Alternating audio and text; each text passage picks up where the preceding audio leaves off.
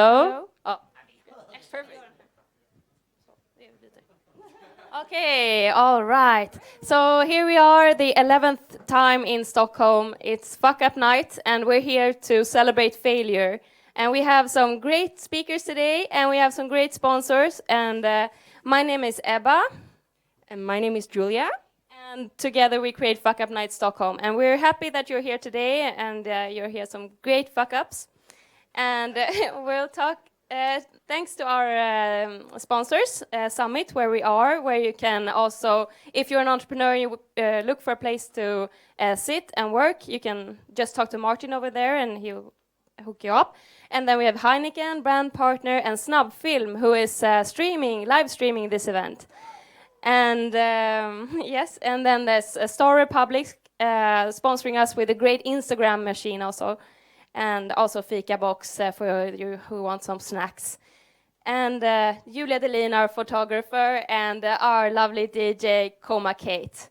And now to Julia, who's going to present some more. So thank you for being here. And yeah, Julia. Thanks. As Ebba mentioned, today we have an Instagram printer. And it's a great little device from Eventomatic. And basically, it enables you to put up your Instagram photos on our hashtag, which is fun STHLM. And instantly, it will print a photo that you can bring home. We have loads and loads of photos, so go wild and take as many as you like. Just think about that you need to have a public account, so it can't be private. So if you have a private one, just open it for a short little while. Also, just like last time, we have our great past speaker and now serial conferencier, Johan Persson, who will entertain you just as much as the speaker, I'm sure. So welcome to the stage, Johan Persson. Woo! Thank you, thank you. Feels so, oh Jesus, feels so great to be here and. You know, this whole live streaming thing. I know my girlfriend is right there. She's doing calops. She's cooking. Hi, baby. Keep on the cooking. And like Julia said, don't forget, you know, the Instagramming fun Stockholm. So STHLM. What a setup of speakers we have today. I am so impressed of these two girls who's doing this all over and over again for us young entrepreneurs out there. And I see some oldies out there too, but we all belong to the future. You should hang up to that. Our first speaker is, maybe we could call you Mr. Internet. That's what I heard, because I actually got in contact with him, and I don't think you even know it, but we actually ate pit in the frying pan together once. It's pitti panna for you English people out there. It was at Hallands nation, actually. You were supposed to be installed as our honor member there for that nation at Lunds University. And I was in charge of this prom at that year. So that was a great honor to actually have Johan speak at that time too, because you also did speak there. And I remember loads about your journey, everything from your childhood on the West Coast to socialism to your view on entrepreneurship. No, but you had opinions about it. I remember that. So, therefore, it's a great honor to introduce our the capo speaker, Johan Stell von Holstein. He has had countless of titles over the years, operated businesses in 26 different countries, 3,500 employees. Exactly, you heard, 3,500 employees. 26 countries. And he also has a great summer speech for you who don't know that at Swedish radio. You can go into their podcast and hear all of them. And it's a great one too. Similar to Jan Stenbeck, but much better, much better. Okay, enough said. Johan Kjell von Ornstein, welcome to the stage. Thank you very much. So I'm making the noise here. So it's great to see there's a couple of older guys and girls in here in the audience, so people actually know who I am. Because most of you guys who are young don't have a clue, because the internet is actually becoming much older than one would think. When I started out in this business in 1995, nobody knew what it was. It was actually 20 million people using the internet globally when we started a company called Icon Media Lab, which is weird to consider today when there's almost 4 billion people using the internet. So a lot of things has happened in the last couple of years, and it's been kind of a bumpy road. I started out, so first of all, I got 7 minutes here, and I'm going to teach you a lot of things. You're going to learn a lot of things that you haven't learned before, which are incredibly important to remember in life. And there's both good and bad news. So the good news is that everybody in here has got in him or her what it needs, what it takes to become truly successful. That's the good news, isn't it? Yeah! You've all got it. The bad news is very few of you are going to succeed. And the reason you're not going to succeed is you're not going to work hard enough. Because if you do work hard enough, you will succeed. If you don't, you're going to fail, because there's so many people out there prepared to do the job that it takes to become successful in exactly your field. That's the disadvantage of globalization. There's two advantages. The advantage is everything works. You never have to think about whether the idea is good or bad. Everything goes. All you need to do is to work hard enough to make your idea, good or bad, successful. And that takes a lot of work. If it's a good idea, a lot of people's going to have it. So it might actually even be worse than having a bad idea. So how many people in here think it's important to be intelligent? Hand up. You're all wrong. It is absolutely unimportant. Most of the really, really smart people, you know what they do? They work for guys like me.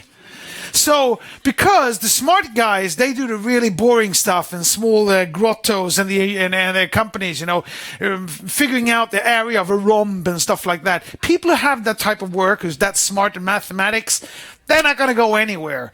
The people who are successful are the ones who dig in and can sell their products. If somebody came to me a couple of years ago and said, John, I've got this fantastic idea. I'm going to sell ski poles to women out walking. I would go like, my God.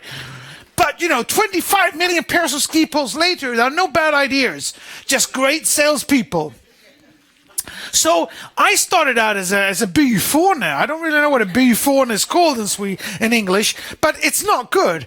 But I was dyslexic, I was ADHD, I was born up on a farm that was falling apart, I was always in fights, I was a terrible person, and I had horrible degrees. And I started working on a factory when I was 14 years old making cheese. Now, don't go that route. It's no fun. And I basically, I failed right through high school, and then I went skiing for 4 years, which was great. I had basically two hobbies, was skiing and chasing women.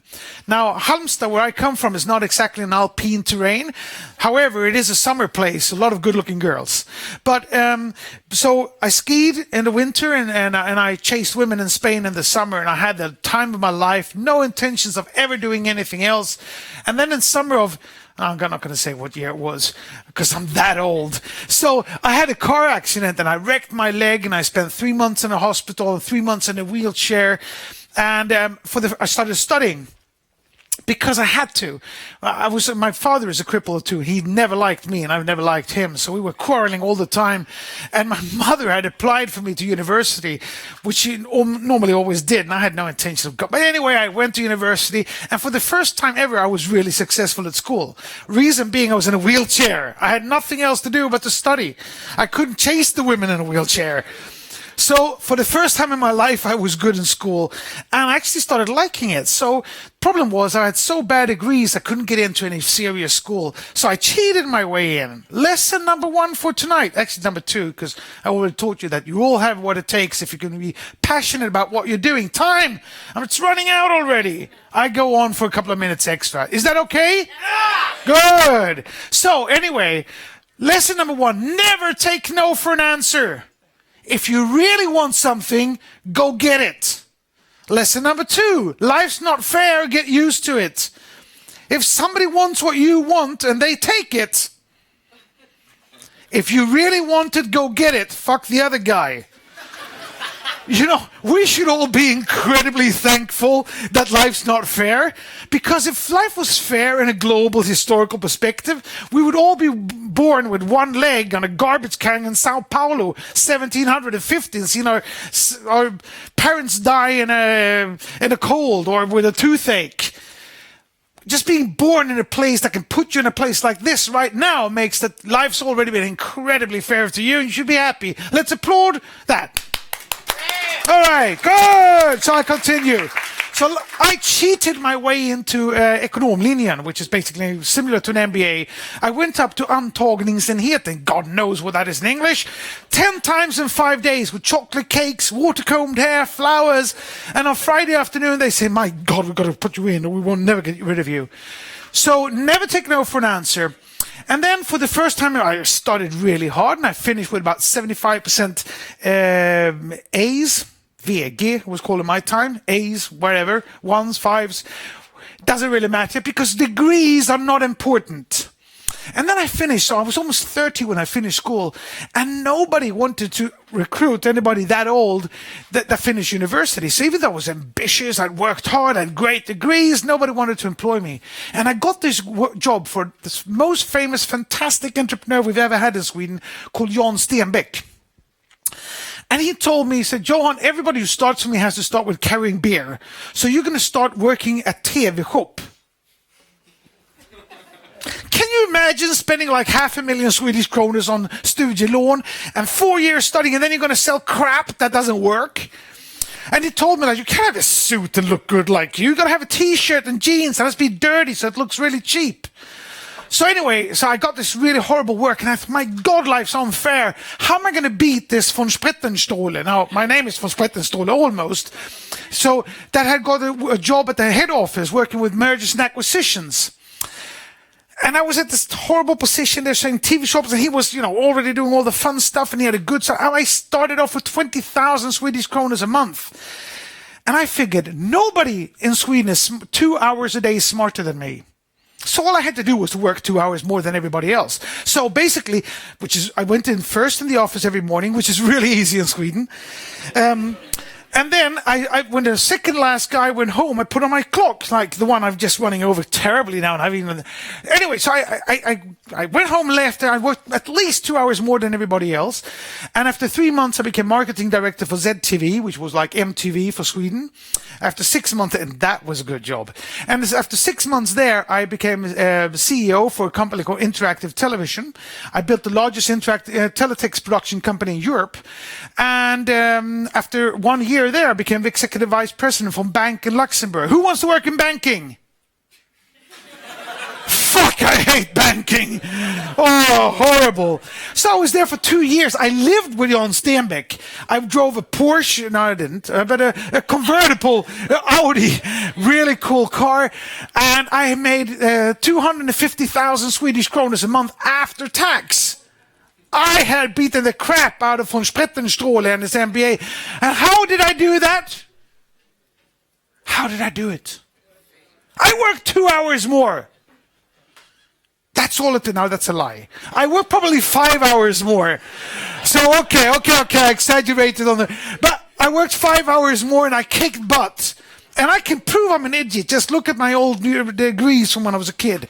So basically, working hard, being committed, being passionate at what you do, any bloody idea, as long as you like doing it, you will not become successful in doing something you don't like to do.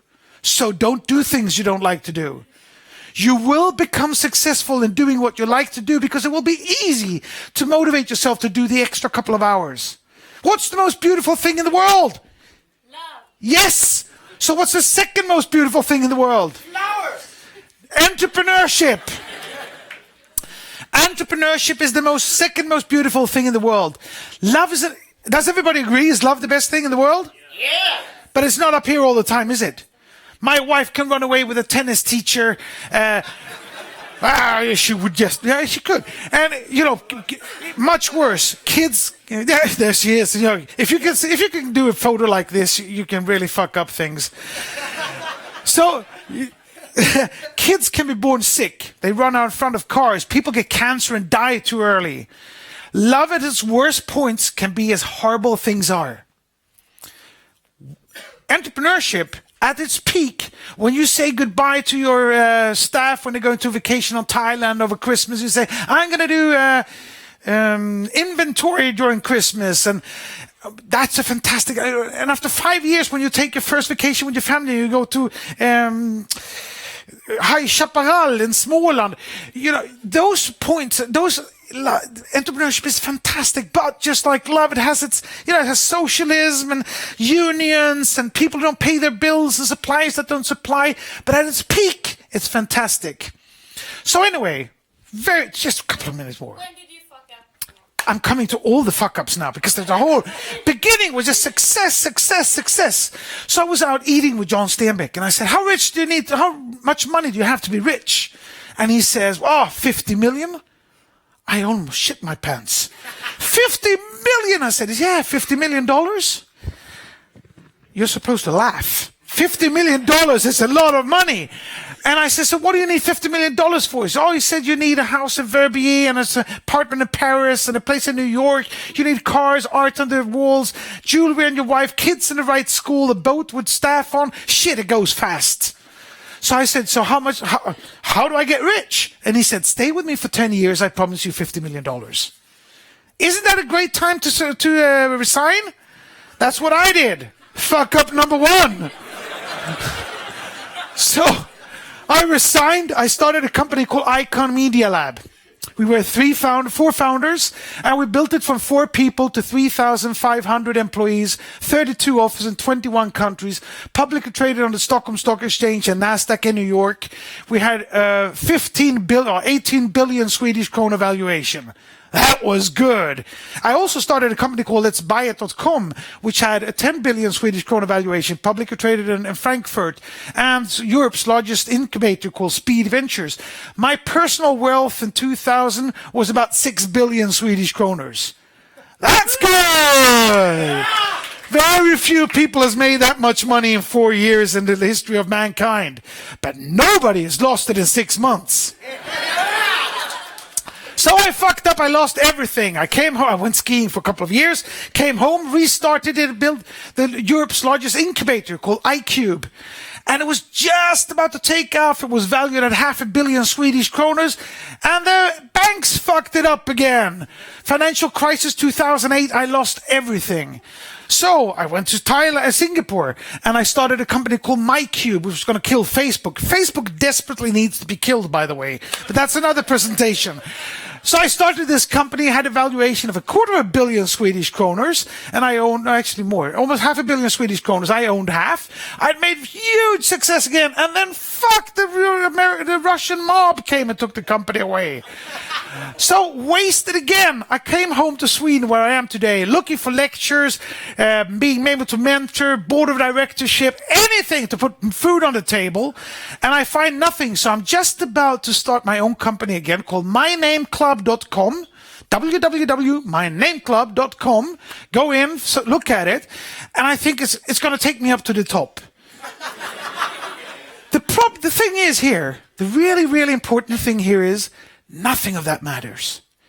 Money, companies. What really matters is having a great family, having friends, inspiring other people to believe in their dreams and do their things and dare to fuck up.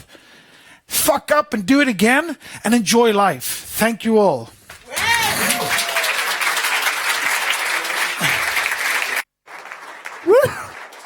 Woohoo! Oh my God! Johan, please stay with us. Please stay with us.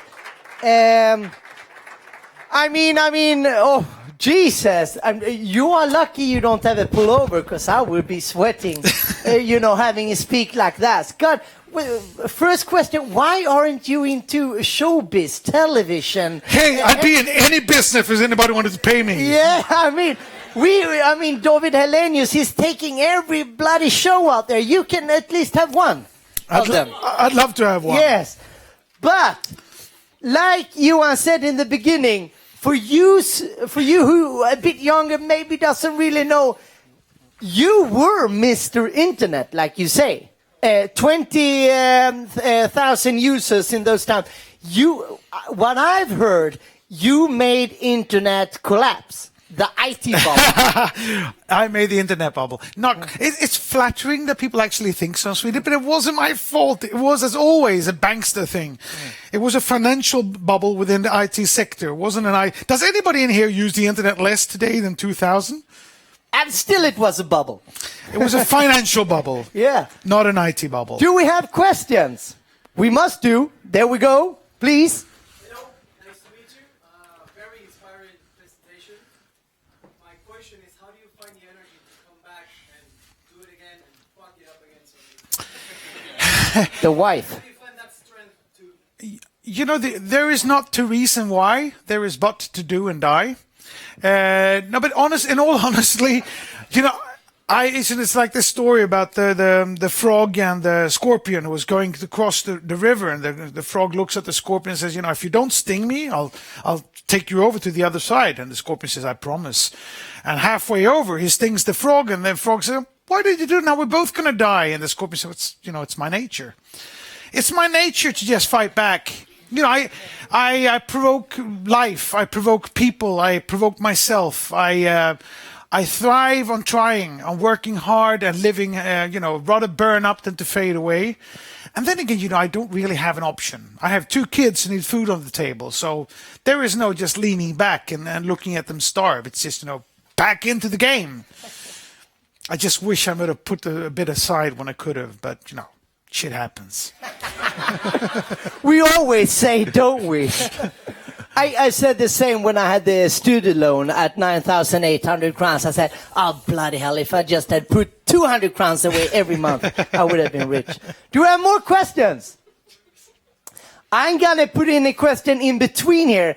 I think in your summer speech... I've never done a summer speech. I wish I did. Are you sure? I am... You had some kind of speech out there in the ether. I probably had a lot of speeches on that. But I've heard at one point your company, just to understand how crazy this era was worth like 5 times as British Airways? No. No. Why are people making up all these rumors about you? No, but it was worth about, I think it was 18 billion Swedish kronor. So a lot of money. It was a lot of money, sure. But I didn't make up the valuations. The market did. But what were you selling? We were one of the very first companies that actually did websites, web pages. We did strategic consulting, design, and web development for corporations and organizations. So, today it's a multi-billion-dollar industry. And Icon Media Lab, the company I built, is still the largest company in the world. It was actually bought 2 years ago for 4.9 billion Swedish kronor by Publicis. And today it has about 6,000 employees.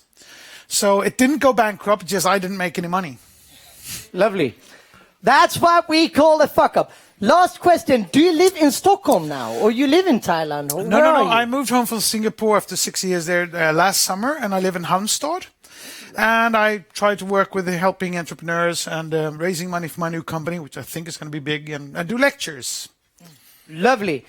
A warm thank you to Johan Schnell von Holstein. Let him roll. And we have a gift for him. To light up your life. Whew. I wasn't even speaking, but I'm sweating like crazy for...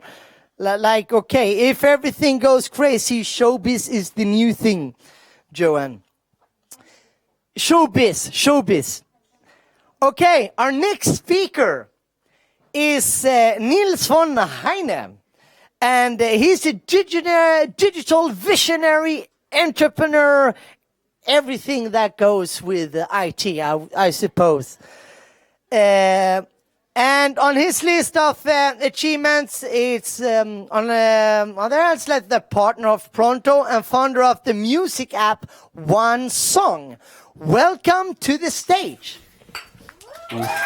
Thank you. Wait. All right. Hi, guys. I'm in complete shock after Johan's first speech here. See if I survive. I'm Nils, exactly. I think I've been an entrepreneur for about 10 years now.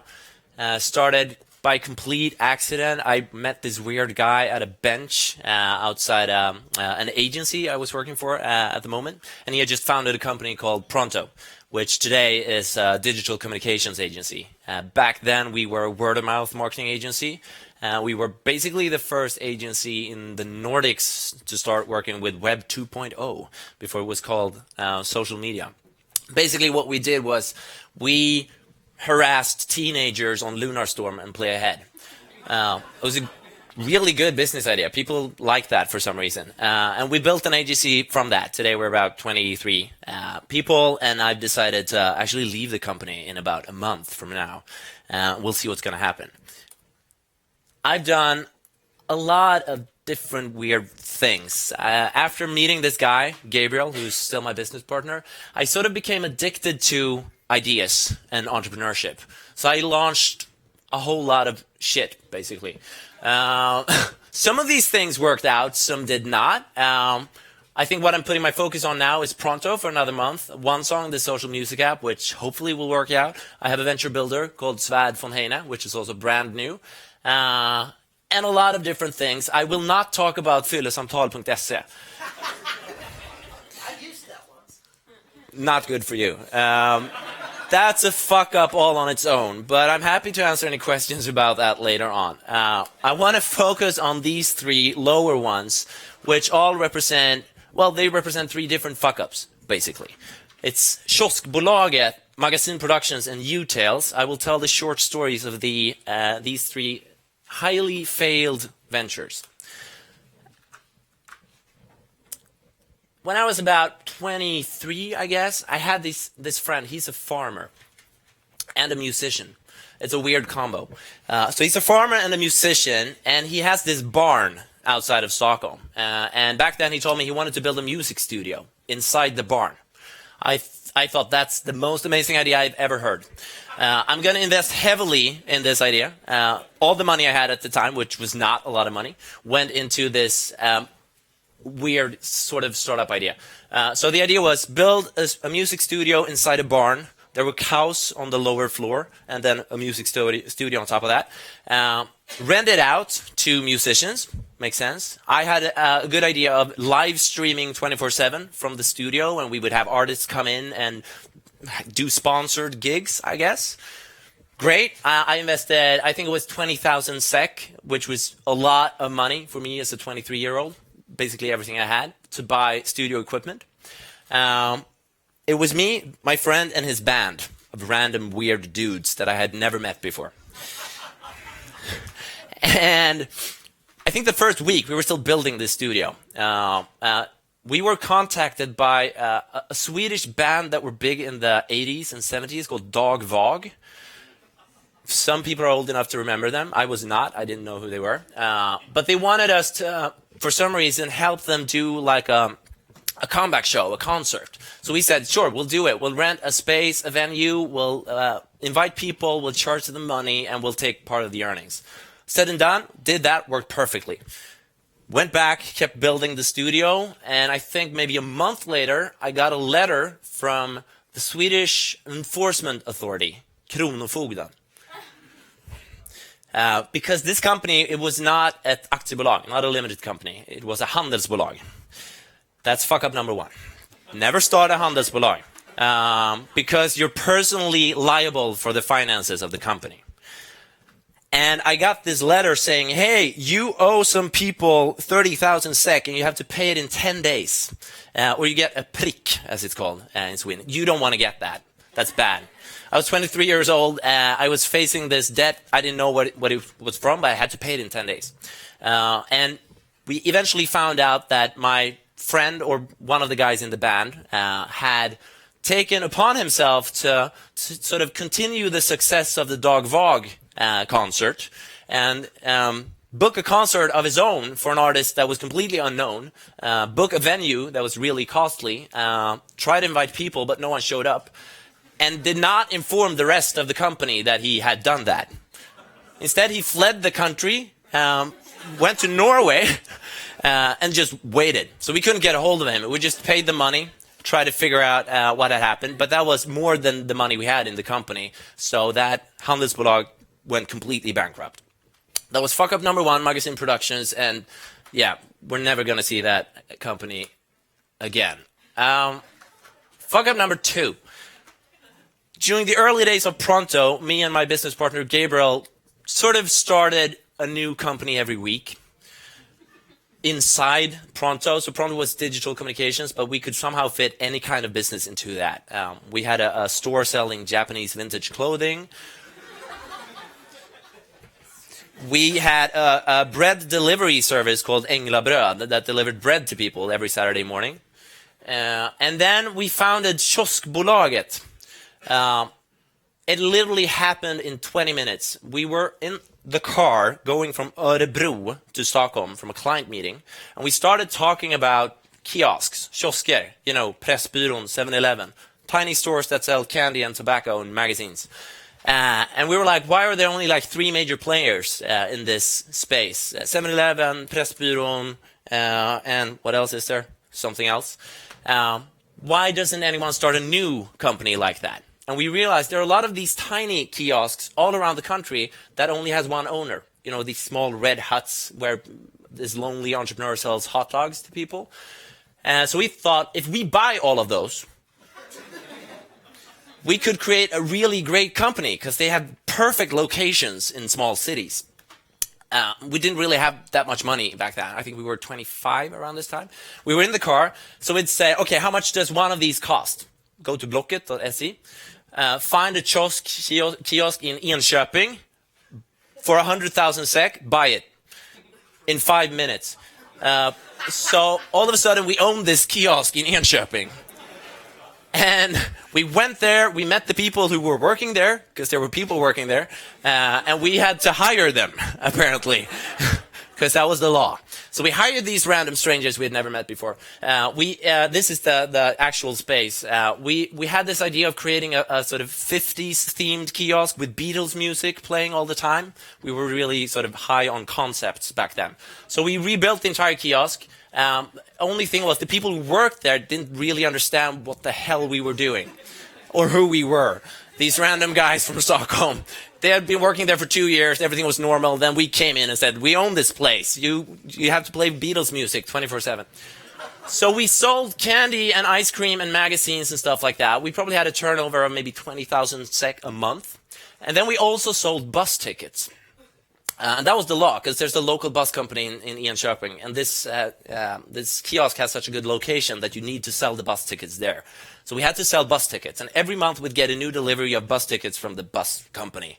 And we sort of started to feel doubtful about our employees, because we were in Stockholm and they were in Enköping running the show. And we would get calls saying the kiosk is not open, there's no one there, there's a sign saying out to lunch that's up all day. So we were starting to get worried, but before we did anything about that, something really bad happened. There was a break-in in the kiosk the night after we had a new delivery of bus tickets, and bus tickets were stolen for the value of 300,000 SEK. Yeah, that was bad. So basically, we had to pay 300,000 SEK in a matter of 30 days. Our turnover was 20,000 SEK, which almost killed Pronto. We were barely surviving after that. And then, of course, we had to close everything down. Then our employees sued us, so we had to pay them money as well. And now that company's gone. Fuck up number 2, never trust people in Enköping. Fuck up, let's see. There's one slide missing, so I'll talk about that without the visual. Fuck up number 3, U-tails. So fuck up number 1, I basically risked all my own money. Fuck up number 2, we also almost killed our own company. Fuck up number 3, I wasted other people's money. Way better. So U-tails, this is 4 years ago. I realized I wanted to change the children's book industry. So we created a website called utales.com where we broke all the rules of the children's book children's book industry. So it was a crowdsourced site. Anyone could create a digital picture book for kids that you could read on the iPad, which had just come out. You could buy them, you could subscribe to them, anyone could create it. It was a perfect site for people who want to create picture books.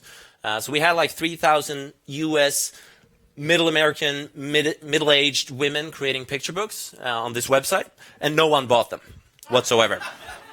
But we still were really good at exciting people about this idea. So we took on an investment of a little over 1 million SEK for this idea that never took off. And I also built a team. I was super excited about this idea. So I took on anyone who wanted to join. And I needed a CTO, a guy who would lead the development and build everything for me.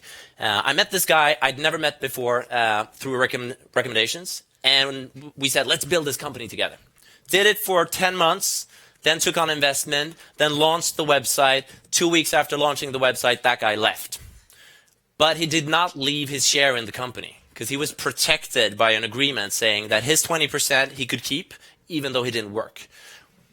Which meant I couldn't sell those to any new tech guy. I couldn't keep building the website, and all of my time went to taking care of the investors because they wanted to make money in like 6 months. And we had this failing website that didn't make any money at all. So my entire focus was keeping them happy. I was just sending reports every day to them saying, it's not going well, but soon it will. And I kept doing that. I even kept the company alive for 4 years, making no money, because I felt so bad that I had wasted all of their money. So it actually was put down a little over a month ago, because I felt now they probably forgot about it now. They probably won't kill me. That's fuck up number 3. And I think the lesson in all of these fuck ups, except for don't trust people in Enköping, is don't trust other people. I can easily blame all of these fuck ups on other people, which is good. But I hopefully will realize that I'm part of the problem here. I was too excited about the idea that I didn't focus enough on the team and the people. And I didn't spend enough time actually explaining the visions and making sure that everyone was aligned in what we wanted to do. So going from almost wasting all my own money, almost killing my own company, and then wasting other people's money, I think that's the main lesson here. Don't trust yourself, but trust other people. Thank you.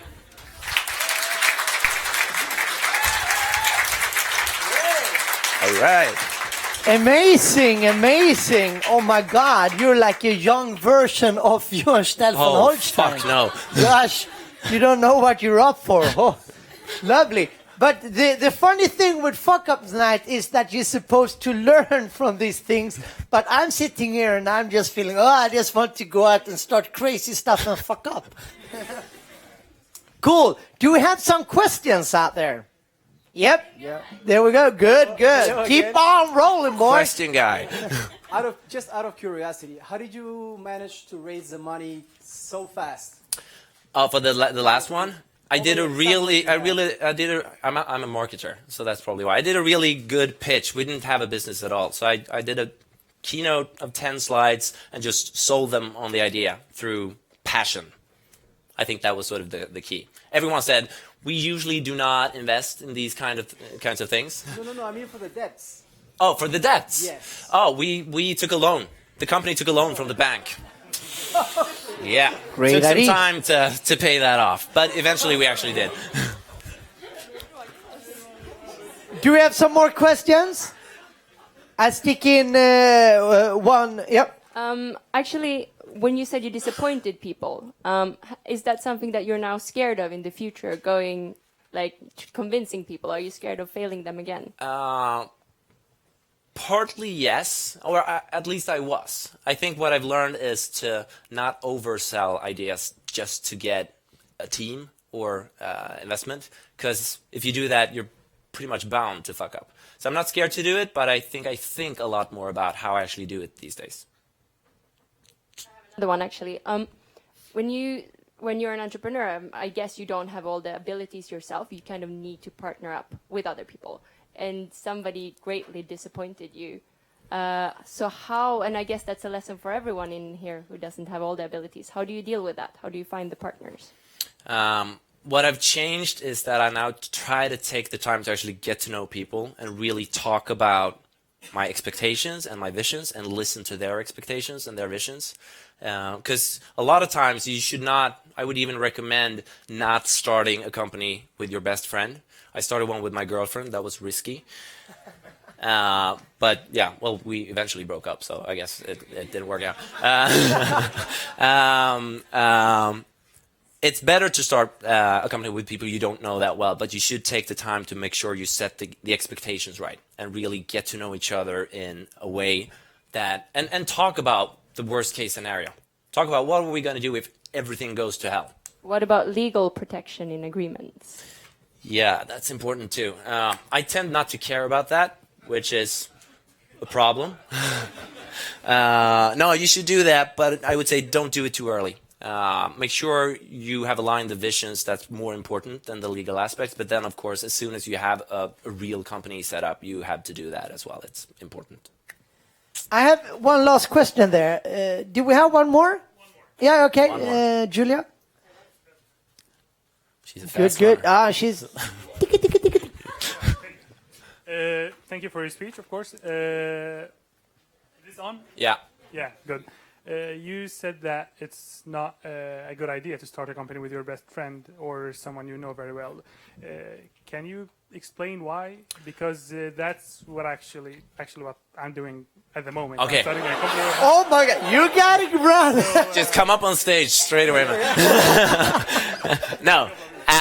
Of course you can do it, but there's a risk because you tend to have so much history and you have one view of each other, how the other person is, and if it's your best friend, you've probably never been in a situation where you you could start hating each other if you do not agree on the terms. So if you do that, or since you're already doing it, make sure to have a couple of conversations about how do we handle this if it goes to hell.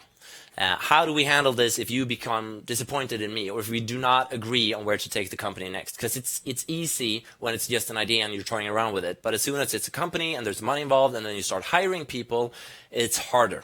Trust me. I mean, I've been in business with my business partner, Gabriel, for 9 years. That was not a friendship to begin with. It is now. Now that I'm leaving the company, it's a very, very painful process. So you have to have those conversations while everything is still fine and dandy. Cool. So the business partner who's watching this live, he still trusts you. He didn't really mean. Cool. But I have one last question here. You know, you had how old are you now? 32. 32, and you had some amazing fuck-ups, you know, and even economically fuck-ups. But still you're so positive and you want to still take on the world. Other folks maybe would go, oh, this is nothing for me. I'm going to go for an employee or something. How do you stick up with a positive attitude? Well, Still. I think it's easier now that I've fucked up a couple of times, actually, because I know it's not the end of the world. And to me, it's still the most fun thing you can do. Try to create stuff, try to change the world in a sense, instead of having a day-to-day standard job. It's not for me. Cool. Like Journey would say, don't stop believing. Keep fucking Good up choice. out there. Okay. Thank you, Nils. Thank you. And of course, we have a little gift for you as well. Here from Ebba, one of our organizers. So even you who's back on the World Wide Web out there, you can use the hashtag fun Stockholm, like you see up here, fun. STHLM. Our last speaker for tonight's Fuck Up, is Axel Nyhagen. And he has a long experience within the Swedish fashion industry. And together with his dear friend, Rickard Hutchinson, he created the uber cool The Local firm with physical shops and everything here in Stockholm, I assume. But enough said with that. Now he's gonna tell his story of a fuck up himself. So a warm welcome to Axel. Please welcome on the stage.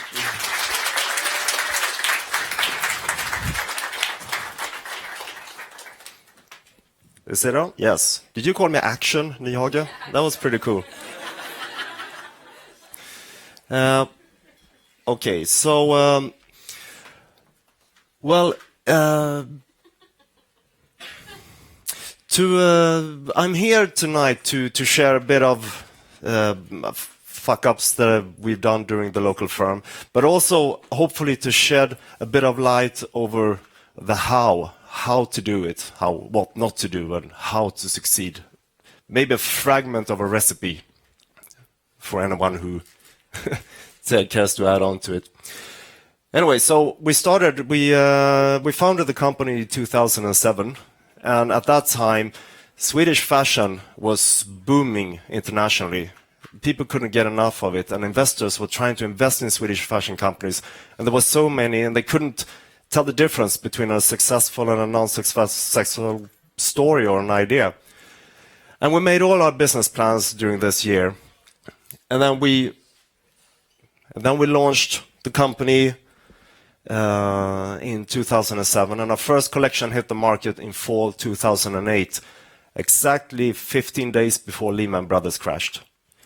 So the timing could have been better. And after that, when things started going bad, we did our very best to turn things around, to change things to our benefit. And during that period, we worked day and night. We had about no salaries. We put in every money that we could possibly find, our private money from our houses, and we took in investors from anywhere that we could find money in order to take the project off. And so what I've learned during my years, it all ended up in 2014 that we were forced to sell the company when it was in the toilet. So it was far from optimal. So I'm here tonight to share a little bit of what we did wrong and how to improve. And as I said, a small fragment of a recipe maybe. I think my first advice is to simplify everything as far as possible, to clarify things by simplifying. People tend to add more words, more attributes, more slides to their PowerPoint when they're trying to explain something. In the end, you're just blunting the tip of your spear, making it more difficult to penetrate the market. What I think it's better to do is to take away things, to take away as much as possible, to simplify it down to the very core. And if you manage to do that, your message, your core message will shine more brighter, making it more easy. And and to use this mentality throughout your whole process. What can I do to make my message clearer? How can I make my product more accessible? Can I simplify the production? Can I earn more money on every pair of jeans that we sell? Can I reorder faster? How can I make everything simple and smaller? And what can I do to handle more orders in a day? More amount of customers in the same amount of hours, or maybe less. Or how can I and use this process throughout? What can I do to make my elevator pitch clearer? Can I cut it down from 30 seconds to 15? What can I do to cut our board meetings from 3 hours to 1.5 and then keep simplifying? What can I do to cut them down from 1.5 hours to 45 minutes? And the reason why to do this is, as I said, the tip of your spear will get sharper and there will be less things confusing. And and also another important issue to do this is that it's difficult enough as it is. You're taking on the world. You're taking on competitors far more better than you are. And the last thing you want to do is to fight your internal organization or your internal administration. And I think that really the most genius business ideas comes from people that has taken an existing product on an existing market and just simplified it, solved a problem like Uber or Spotify or IKEA, for instance. I think that, and also And in general, I think there are many people in the world making easy things difficult, but there are very few that have the ability to make difficult things easy. So that's my first advice. My second advice is to falsify your idea rather than trying to confirm it. People trying to confirm their ideas tend to ignore things that are not in line with their objectives. They tend to test their business ideas on people that they know are going to agree with them. They go out and say, hey, this is a great idea, isn't it? Isn't it? Isn't it? But so don't sell your idea to yourself. Sell it to everyone else, but your job should be to falsify it. And if you manage to do that, you will find holes in your business idea and be able to plug it. So that's my advice number 2. And my third advice and last would be to use your gut feelings throughout the process as well. I mean, we tend to make our decisions using our brain, heart, or gut. And in my experience, when you're about to make an important decision, you gather data. You gather as much data as you can in order to make as good decision as possible. But in the end, you have too much. You're confusing yourself and possibly making the wrong decision. And your heart is often telling you to make sentimental decisions. We cannot close that store. It's been around forever, but this is what we started with. We can't do that, which is not part of the business. But your guts tend to cut through that noise and hit the very core of the problem, and making it possible to focus on the very heart of your business and make that thrive. That's about it. Very please stay. Thank you. Axel, I like that. I like Axel. One of my favorite Axel Roses. So, do we have some questions? I'm gonna stick in. Do we have? I'm gonna stick in with one in between. So, the local firm. What's the status right now? Is it still existing? Actually, I don't know. We sold the company in almost exactly about a year ago. And after that, I'm not sure what happened to it. I don't think it's on the market right now. But okay, we got one question. We're sticking that. You talked about how to attack your idea with critique in order to make it better. Yes. But how do you distinguish between somebody who knows what they're talking about, whereas somebody who do not know what they're talking about? You know, because it's very sensitive when somebody makes critique to your idea when it's in the beginning. So how do you distinguish between somebody who knows what they're talking about versus somebody who's just not? No, what I meant was that you as an entrepreneur should try to falsify your own idea. You should sell it in with all the powers and the might of hell to anyone else. But don't sell to yourself. Be 100% certain on where you are at all times. And I think that the best way of finding that grounds is by looking at your idea as, this will never work, or will it?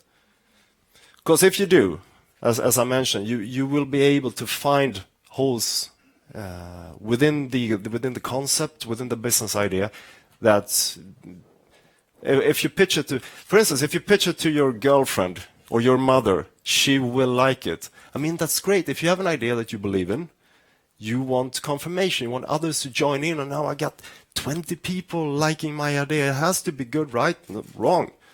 It depends on which people that has liked it.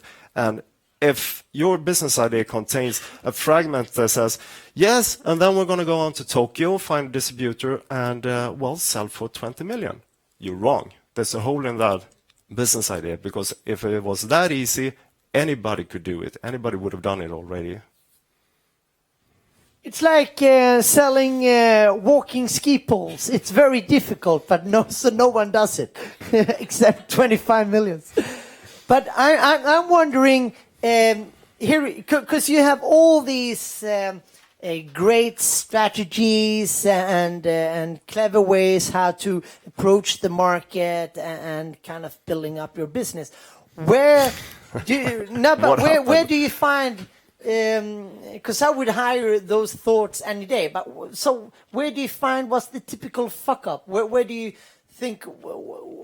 At what stage did it go so wrong with all these clever thoughts, or that came in the end? I think our fuck up was that we tried to gain more by doing more, and that when the first 10 seeds didn't grow, we planted 10 more. When those didn't grow, we planted 20 more or 30 more, and in the end, you just have one glass of water, and then suddenly you have 50 seeds. So what are you going to do with that glass? Normally you put a little bit of everything and nothing grows, rather than to just focus on those 3 seeds or 2 or 1 seed that's really promising and put 100% on that. Exactly. That's what you meant by simplifying too. Yeah, we ended up in adding things. We had endless board meetings. We had endless investor relations. We had 16 investors who all wanted answers every day, and we kept sending that way. And in the end, we were doing everything else but selling jeans. I mean, in the beginning of the company, we won designer awards. We sold in over 20 countries. We have our own stores, etc. But in the end, we turned out to be handling administration, really, pushing our focus further and further away from the core. I think that's actually a great insight there, that when things doesn't work, we always tend to kind of develop more stuff, in that sphere, instead of, putting on the right buttons, so to say, to actually adjust the thing, your core business, I assume. In this Another case. important thing that be sure to be the most stupid people in the company. Always hire people that are way smarter than you are, smarter than you can ever be. That's super key. Sorry, I got quiet. I just started to think about you and Stefan Olstein. It was funny. Okay. Yes, we have another question here. Yes. So, Axel, you founded the local firm together with your partner, Richard, and you failed together. So, are you still friends, or are you continuing a partnership, or how? No, we are super good friends. He started working at another company, and it was really. But it's also, as we mentioned before, starting a company with your best friend.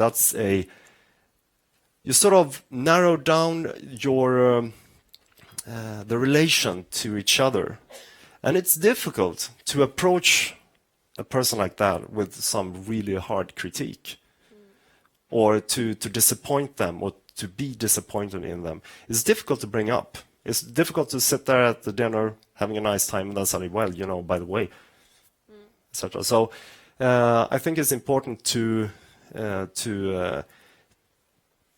keep it professional. I mean, to keep it warm and everything, but still just keep it professional and work with people that are super talented. That would also make your life very, very much more easy. Yeah. Great. Oh, one more question. What's happening in the roof? Yeah. Yes, please. So I have a question. When Googling your name, what comes up is the local firm and bankruptcy. And how does that, it's such a public hit when you have a fashion company like this. Did this affect you personally? Was it difficult? No, not really. I think, and another important thing I think is that we were so 1,000% set on our end goal. That our end goal of the local firm becoming a big international eternal fashion house was so real and so strong. So when actual reality emerged, we considered that to be unreal because it didn't match our vision. This was something else. This was due to the market or something else. And so we, of course, we did everything that we could to save the company. But in the end, it was very difficult to accept the fact that we would have to let go and to sell the company. And but after we did, we accepted it. Okay, it's the end of the line. We reached as far as we could. We did everything that we could. We spent all our money. We did everything possible. sort of accepting it. That was an important part of the process, of course. But that's also I heard that the guy bought the company. He bankrupted it few months after. So what's happening with you now? Are you still in the fashion industry? Yeah, but I took a bit of a time out. Well, I think that's a good thing to do. Started, think about things, and I started building a house. Started reading philosophy, doing something completely different. And after this experience, I was sort of.